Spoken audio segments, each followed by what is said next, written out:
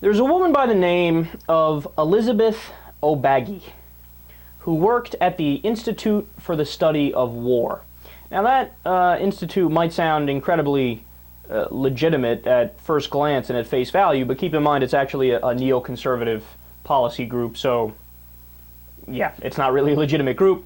Well, anyway, she wrote an op-ed in the Wall Street Journal that was cited repeatedly by people like John Dick Cheney Kerry. It's my new nickname for him since he's become one of the biggest war hawks I've ever seen. John McCain cited her work, and other war hawks as well who really want to get involved in Syria. And in the article, she said, quote, "Anyone who reads the paper or watches the news has been led to believe that a once peaceful pro-democracy opposition has transformed over the past 2 years into a mob of violent extremists dominated by Al-Qaeda. But it is moderate opposition groups that make up the majority of actual fighting forces." Now, this woman was, again, understood to be an expert, right? They said, well, she spent time in the ground on Syria, so who would know better than her? She's got a PhD. She works at this great institution. She's very, very serious. Yes, absolutely. Which is why, she had the stature to write that piece in the Wall Street Journal.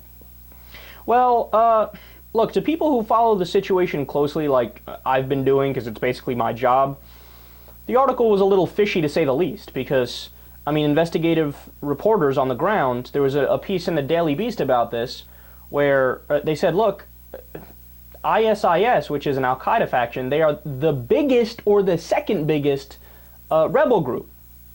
So what is this woman talking about? It's an incredibly fishy article.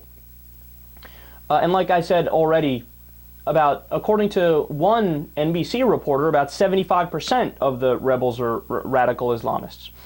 Well, we just found out that Elizabeth O'Baggy also works for an organization that advocates for the Syrian rebels.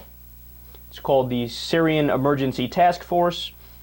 And by the way, she did not disclose this at the time.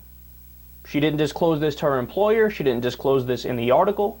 It was just swept under the rug, and you're not supposed to pay attention to it.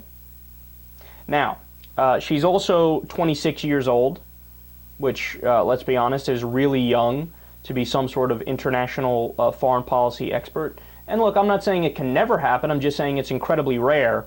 And I know I live in a glass house on this because I'm relatively young and I talk about politics. That's my job, right? But to be that level of an expert where, write this piece in the Wall Street Journal and John McCain and John Kerry are quoting you, it's, again, very fishy. But that's not all. She also lied about having a PhD from Georgetown. So it appears as if she lied about everything.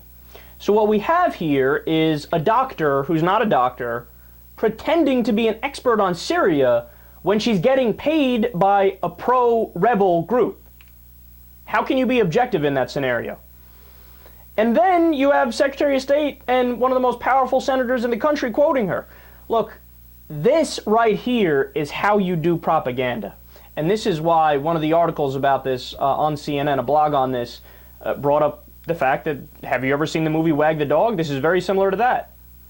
What you do is you purposefully get somebody who you know is going to do your propaganda, you put them in a position of power, you get them to write an op-ed on the Wall Street Journal that says all the things that you, John Kerry and John McCain and the Warhawks want to say, right? And then you have her write it and you go out there and quote it as if it's some sort of independent expert, but again, it was all your thoughts that you had planted in there and you're basically quoting yourself.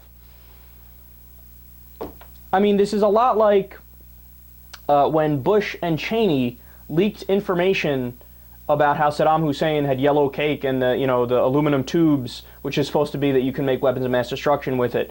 They leaked that information to Judith Miller, the New York Times, and then she wrote an article about it, and then Cheney went out on all the Sunday shows and quoted that article. But in reality, what was he doing? He was fucking quoting himself. The stuff that he made up to try to get him into war, he made it up, leaked it to them, and then he went on the shows and talked about the Wall Street Journal, the New York Times article, as if it was some independent expert, when it was him who was talking. This is how you do propaganda. This is how you do propaganda.